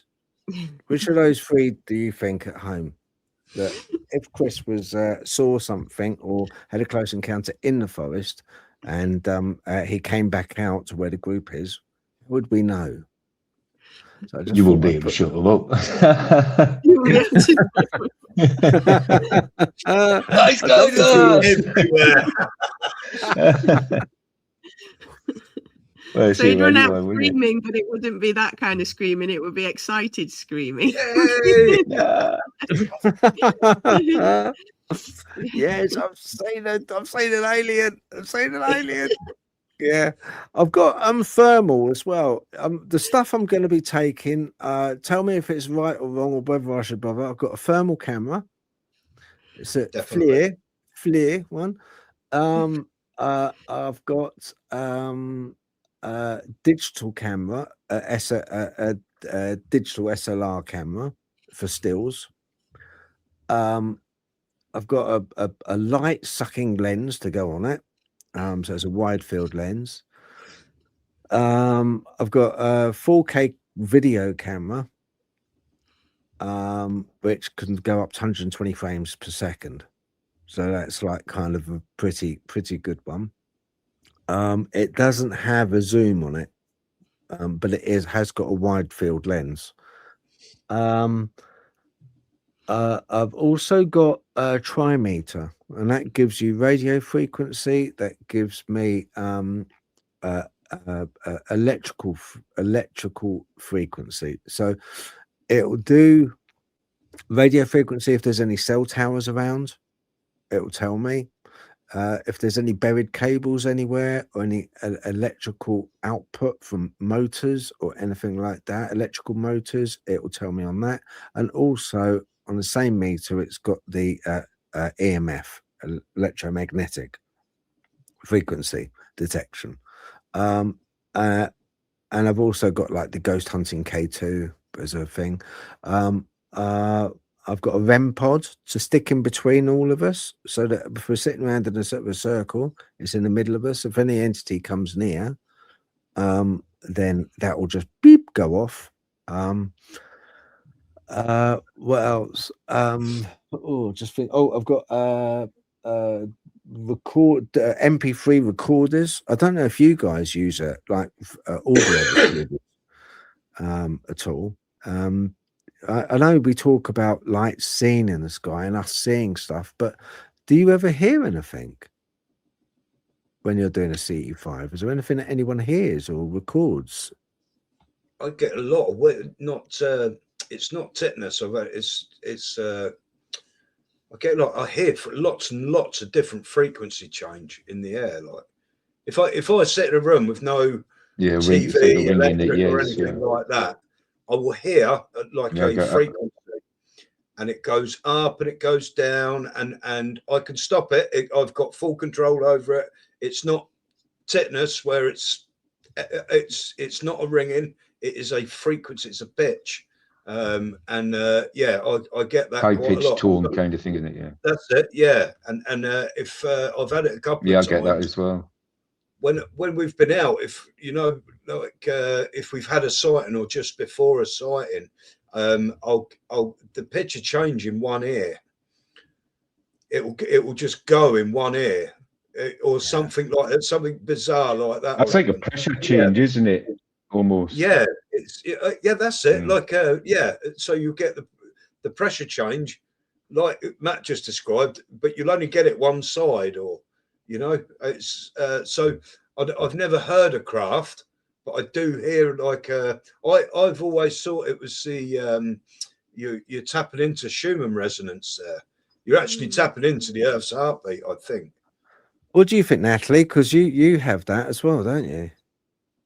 I have tinnitus, but it does change. I've got like a background tinnitus, more in this ear than this one, but I can also hear one or two pitches above or one or two pitches below. I tend to get it more when the sun's got a coronal mass ejection going on, or the solar winds, and I will hear changes. But I have also heard changes in like you say, in pitch over and above the normal sort of, because I do have some damage in my ears, so it's like over and above the normal tinnitus.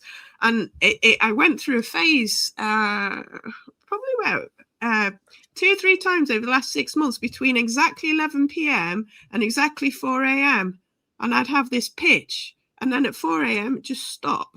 So that's when I was starting to ask questions, like you say, about what it was. But it's not always in both ears either, because you assume that if it's like a frequency, you would pick it up. But it's almost like there's more pressure in one side than the other, and it does change. Yeah, I've not quite. Well, it's hard to isolate, isn't it? Because without actually measuring whatever things are going on in the back, I mean, the one that was turning on and off was clearly something being turned on and off. Because it would literally control over it. You what? Sorry. Have you got control over it? Some of it I do, and some of it I don't. I did see a reel on Facebook. Yeah, I can't. The baseline one I've got, if I do some EFT tapping, I can usually drop the sound of it down. The baseline's normally around 5, and sometimes when it goes up to 6 or 7, I can drop it back down again. But I can't turn them off, so I'm assuming they're actual changes in the frequency or whatever is going on in my background. But I can't isolate it, because some of them come and go. Some of them turn on and off at set times, which I presume are like antenna or whatever they're doing that they're not telling us. Because it seems to have stopped, that one does. But yeah, sometimes, but mine seems to be related to the sun, the solar activity, as much as anything. So I don't know if I'm hearing the frequency changes as like you say, the Schumann resonance, the Earth's electromagnetic field changes. I don't know if that's what I'm picking up, but I've not been able. I have no idea. It's the only thing I can think of. It's annoying. But but I've not had one that I can turn on and off yet, so that's quite curious. So it'll be interesting to see if I get a different kind of tinnitus on top of the tinnitus when we're trying it. Block it out. When I've spoke to the doctor about it, it's not tetanus. You can't get rid of it, can you? If you've got tetanus, it's a ringing, and you cannot get rid of it. I don't hear this all the time, and when I do, if it gets overwhelming, I can block it. I just think of something else, and it's gone. Like Yeah. No, I have get done it it. in I one ear. can consciously reduce the tone of it a little bit, but I've never been able to stop it. It's so yeah, no, I would love to be able to do that. It's just like switch it off. But like you say, it might be a different. You're picking up on a different sound or frequency or Yeah, something that yeah. and I you don't can know what it consciously tune into and out of it, whereas I'm just like subject to it. But yeah, I mean, it also might be the way your mind works, isn't it? Because some people say that tinnitus, some tinnitus is actually the way the brain's processing stuff rather than your actual ear itself. So, I mean, you could argue, that maybe it's a miswiring in the brain that it can't switch it off. Yeah, and like you say, you might, because you don't have tinnitus anyway, you might actually have a bit more control over it. It's an interesting thought. There's a good thought about that, because I know that there's one lady that I know that has tinnitus in this ear, but she's got a hearing aid, but it's a hearing aid which is a cochlear, so it kind of is attached to her bone. It's got a magnet in her head, if you like, and it just goes onto the magnet, and she hears sounds through the cochlear directly, but she still gets tinnitus. Now I was talking to somebody last night, and they also have it. I've got it in one ear, and it changes pitch, and it's dead annoying, really annoying. And this lady who has an awful lot of knowledge, she said it is specifically a protection mechanism at the moment, because there's a lot of changes in the frequency of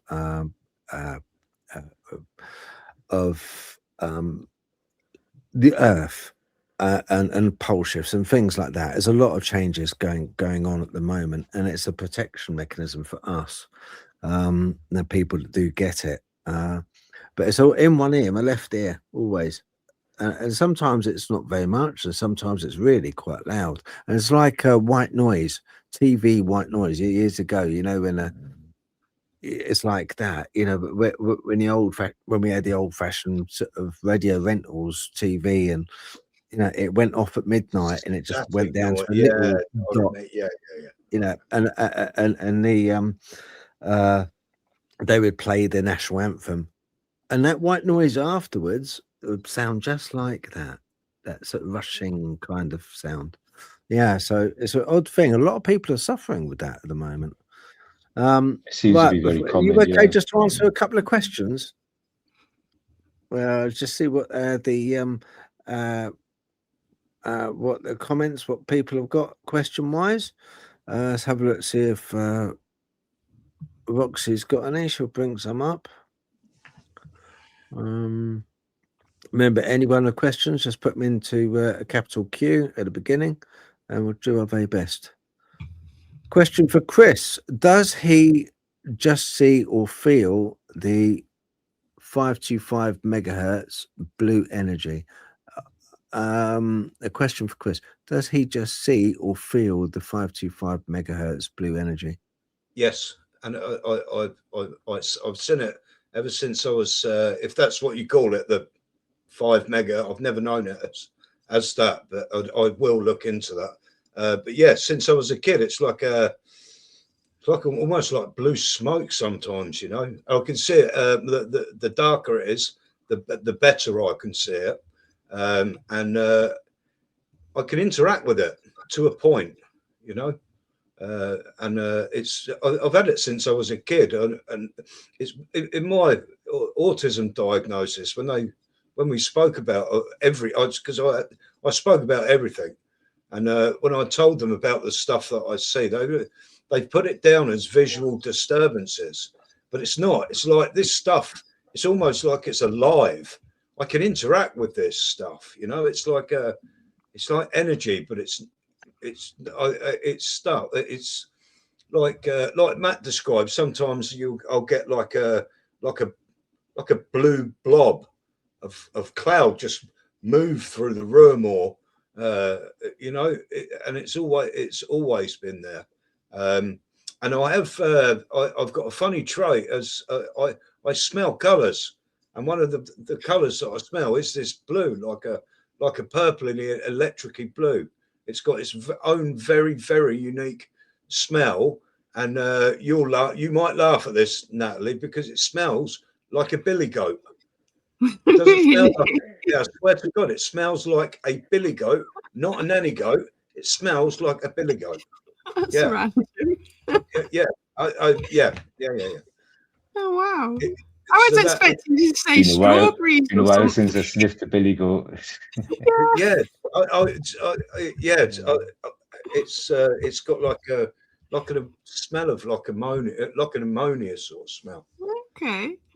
Yeah, Wow. it's so bizarre. Like it's So what was the original question, Phil? Can you see or feel it? I think so. I think he was saying like whether it was just a visual thing or whether there were other senses involved.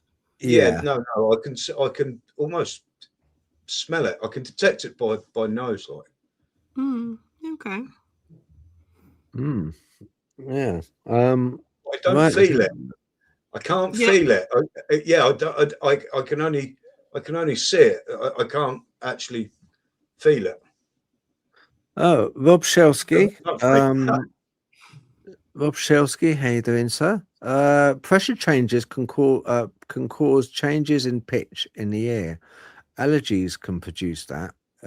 Can you tell if this is different from that? Okay. I should have clarified that that is air pressure changes, like when the storm is coming. Oh, okay. Yeah, I got it. All right. Yeah. Right. So,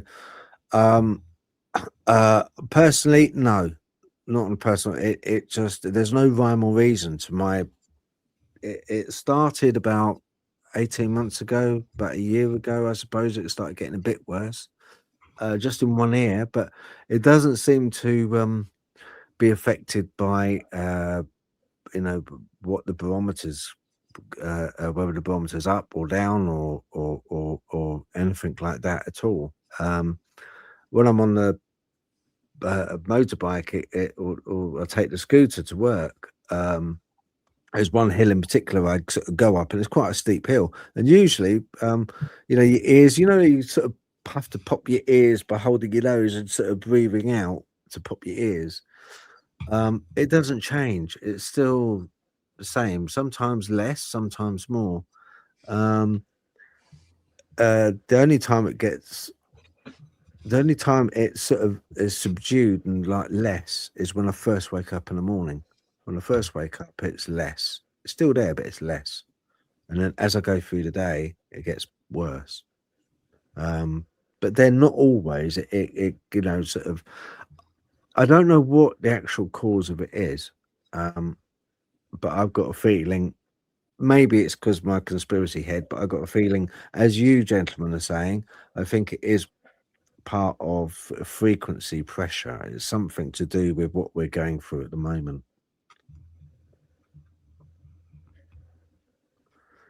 I finished talking now. No.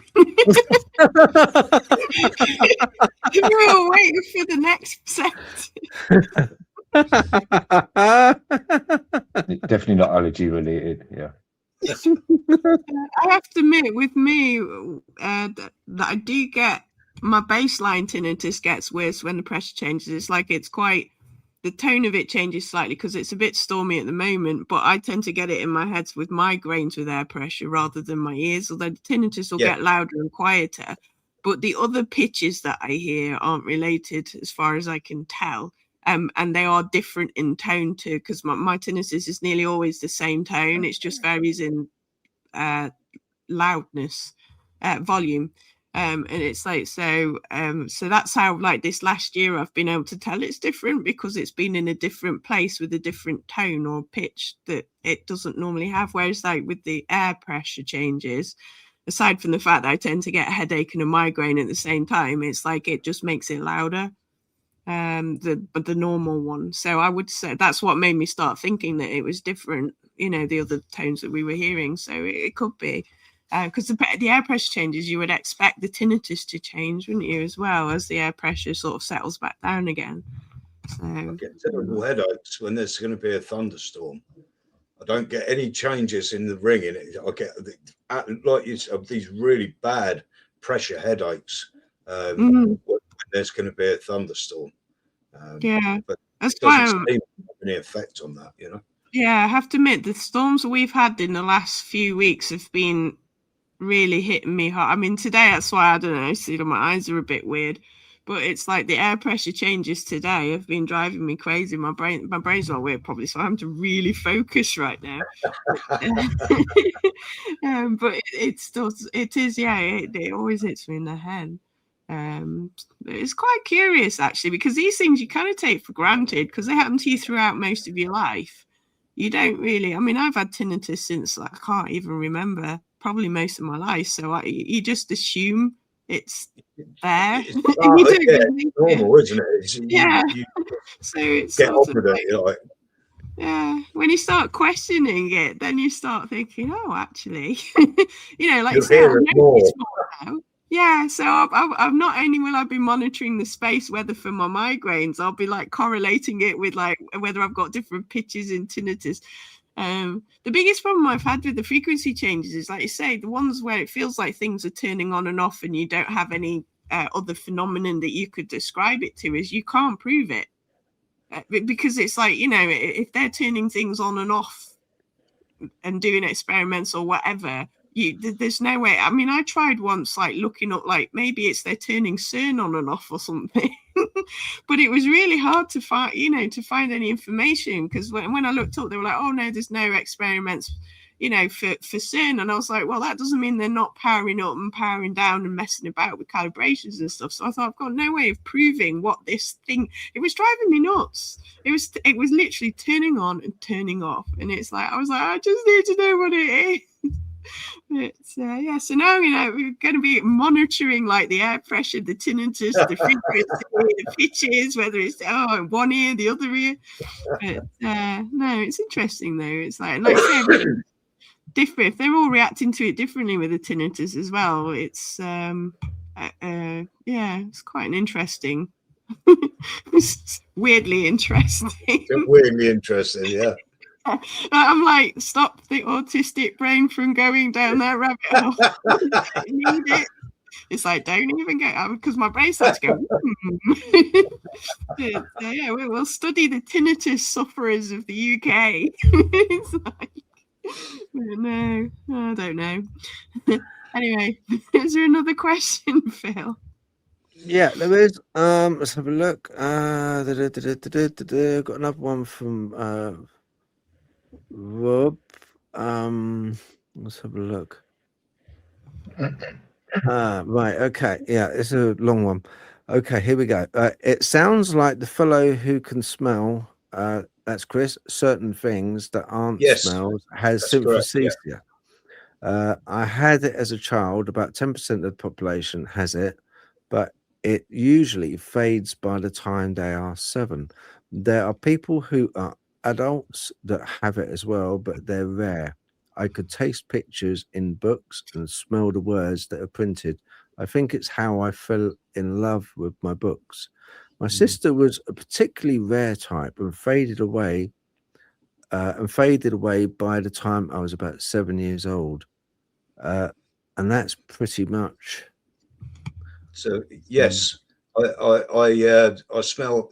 There's several colours that I smell. Pinks. They're all in the reds and oranges, by the way. And I can. When I'm very overloaded, and this is quite important because it doesn't happen all the time.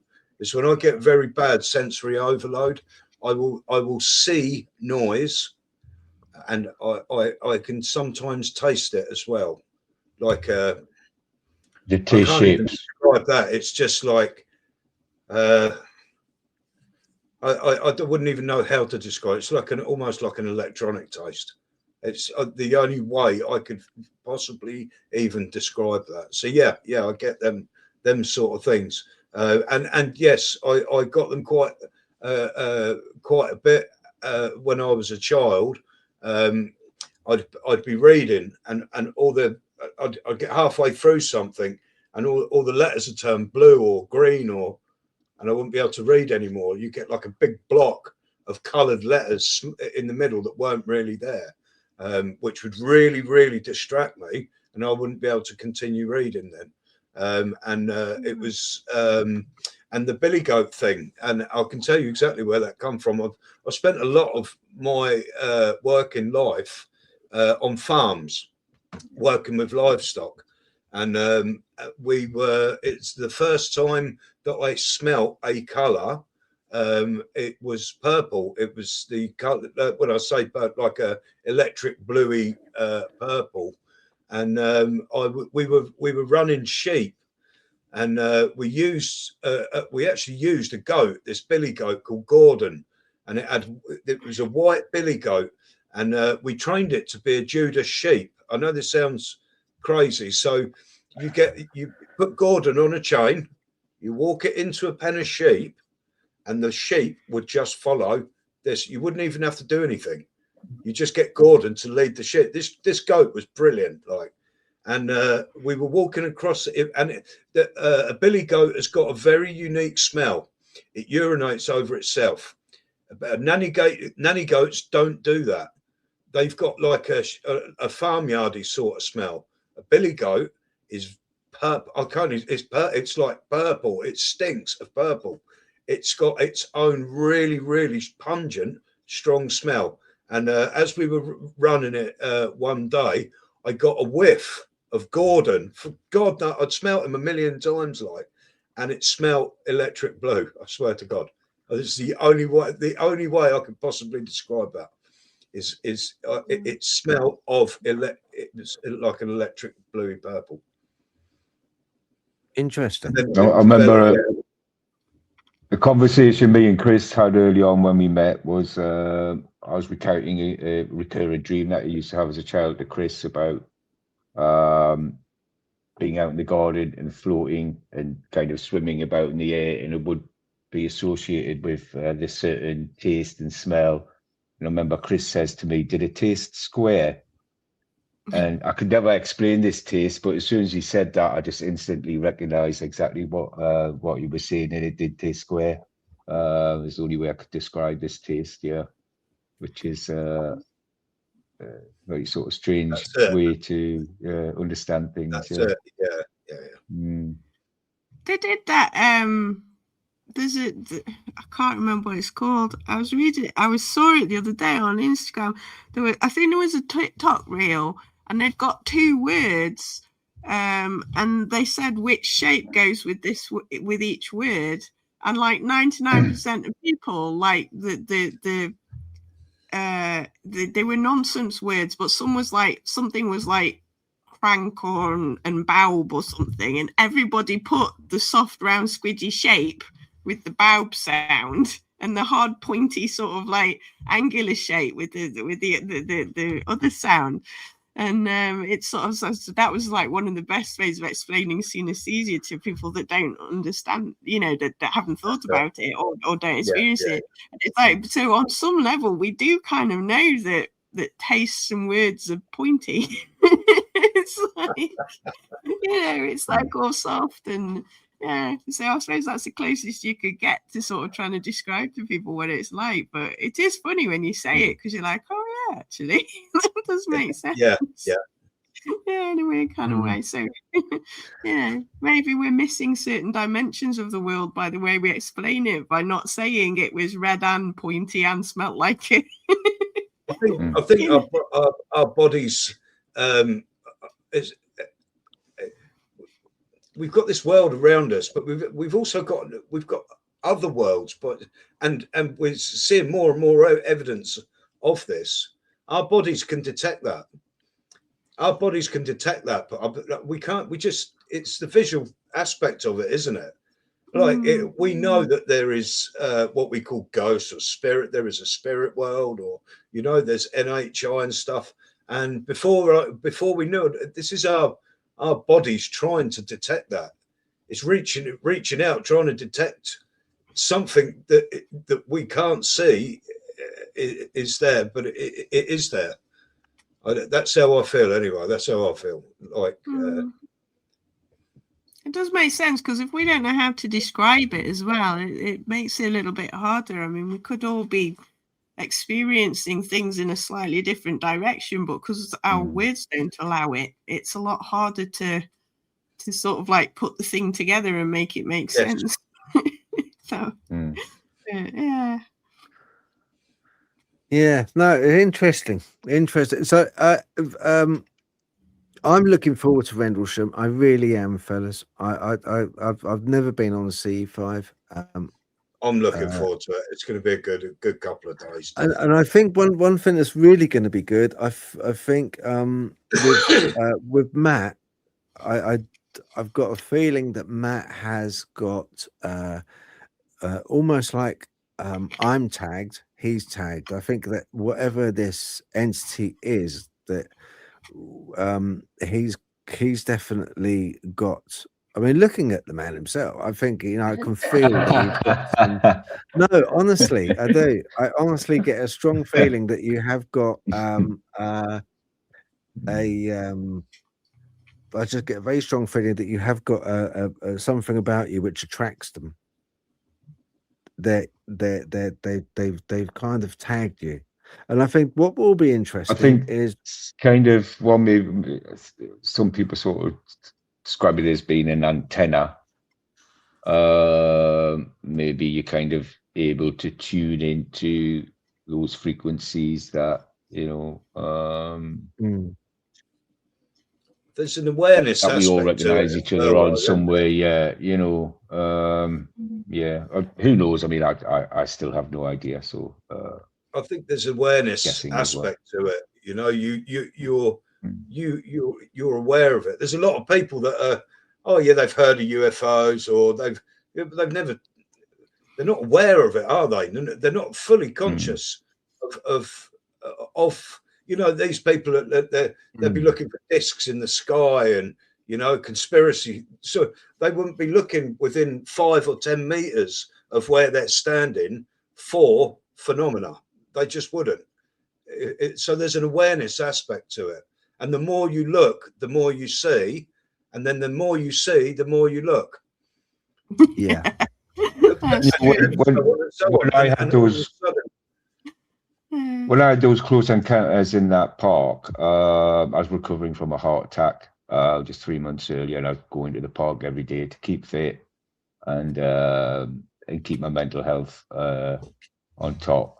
And and what I would do is I would just appreciate the flowers and the trees and the animals and all the beautiful things in the park. And I was just getting a lot from that, and I was just absorbing it all. And I think I was just opening myself to just so much more that exists that we just can't see, and that may have helped in some way, maybe. I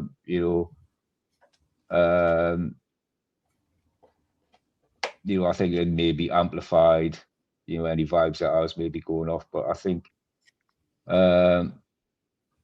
there's just so much we don't see, we don't know, but you just got to be open and just appreciate things around you, the natural world and things like that, and people and animals, and and I think all that kind of helps to establish some kind of contact with these things. 100%. And I think it will be brilliant because everyone's going into this in a positive manner. We're aware that something's there. We're aware that even though we're not entirely sure what it is, but we're aware that there is something there. We're all experiencers. But yeah, exactly. We're not going to going along to kind of like debunk the whole thing. We know we've all experienced. And I think what is going to be interesting is more so from my point of view, I can't help but in the location we're going to be in with the forest, I normally every time get some interaction from an entity in the forest. So that's where both with Matt from the lights and the UFO side of things, and from my side of things, hopefully, because I'll be keeping a radar on the forest line as well. just to see if there's anything which pops up on that side of things. So I've got trail cams, so I'm going to put out some trail cams in the forest around where we are, just sort of to see if anything is about. But I normally get a feeling, like Matt does. I get a feeling, and you know, I'm quite sensitive to cryptids and stuff. I can't help it. Always been the same. So it'll be an interesting time. We're going away for 2 nights, so it's about Definitely 3 will, days. So weather at the moment is a bit, I don't know, but yeah, pack some warm stuff. I've got the marshmallows, 2 big bags of marshmallows waiting, and I'll get us dinner. I'll get us dinner the first night. Okay. Hey. All right. Should be great fun. Yeah, looking forward to it. Yeah, yeah, I think so. Do you drink beer? Do you like beer? I haven't drunk for years. Not a big drinker, but I'll have a can or 2. You know. Yeah. I wouldn't be drinking it before the CE5, or maybe after. But I don't know if you need to kind of have your wits about you.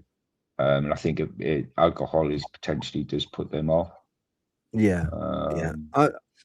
I don't normally drink unless it's orange flavored. But yeah, no, that's it. I mean, you probably will need a drink if I there'll be a party after. If I start twerking in front of you, Matt, then you probably will need. We know you've had some. You go straight on TikTok. No, that attracts some attention anyway. That's just not what necessarily. All right. Well, I think we can wrap it now. I think we're good, and I'm going to have raise the event. So people, please just follow the event, hit the interest button or the going button, and you are as important at home on this event as anyone of us that is going, because I think collectively, let's really try and get something moving. Let's try and get something to appear for us, you know. And like Matt said, collectively, and Chris, collectively, I think we can do this. You know, we're going to try and land one. I want it stuffed on my mantelpiece. That would be a new one, wouldn't it? Yeah. And other than that, have you got any final words, guys? No, all good. All good. Okay, Natalie. No, I think we've covered everything. Good to be on the show. Thanks for having us here, guys. Thanks for having us, Phil. Thanks, Natalie. Yeah, no worries. More than welcome. Thank you very much. Yeah, appreciate it. Thank you. Thank you very much. We'll see you in Rendlesham, yeah. I honestly do appreciate you coming on, and it's been just you guys are great, and I am absolutely really looking forward to it. Thank you. Cheers, Phil.